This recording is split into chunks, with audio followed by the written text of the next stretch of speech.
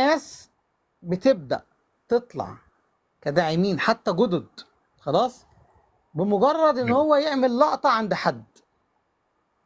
خلاص، يعني مثلا واحد دخل عند الشيخ احمد، خلاص، ما احنا بقى في شيوخ هنا كمان، دخل عند الشيخ احمد، خلاص، وهوب الشيخ احمد كان بيلعب حد، هوب ده سنده خلاه كسب، خلاص، بدأ صيت الاخ اللي دخل ده يبدأ يتصيد.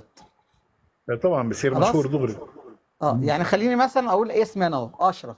بدأ اشرف ده بقى يبداوا ايه، اللي هم محتاجين دعم واللي بتاع يخشوا بقى يعملوا له متابعه ومش عارف ايه وبتاع، ونفسنا كنا يعني لما يدخلوا عنده حتى جست، نفسنا كنا نقابلك، نفسنا كنا نشوف. تشوفي مين يا حاجه؟ نفسك كنت تشوفي مين؟ ده لسه داخل امبارح، ده لسه صحيح، داخل امبارح عند الراجل، وتعرف ده مين ده؟ دغري بصير عنده 10,000 متابع. واخد بالك؟ حاجه. طبعا في ناس بتمشي معاها الموضوع وبيكبروا، وفي ناس بتنطفي. يعني اعرف الاخ الاخير ده اللي كان داخل، خلاص، وراكب الحصان ده على ما اعتقد انطفى.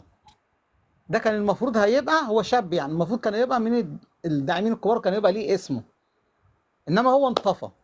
انطفى تفضل ليه؟ لان هو بدأ يعمل لايفات كتير.